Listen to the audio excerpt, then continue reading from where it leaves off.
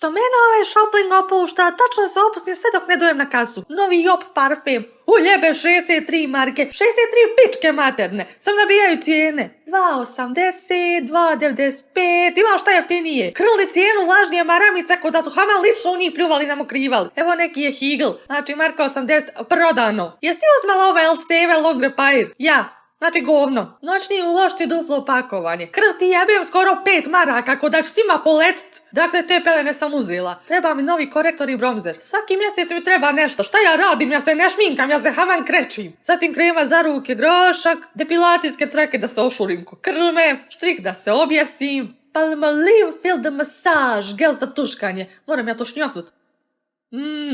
Ja šta me grunu u poljsko cvijeće. Jebem ti ove tegle, šta je ovo, neka kisela slama. Vitamin D, a cijena 5,99 ko da su zlatno grumenje mećali.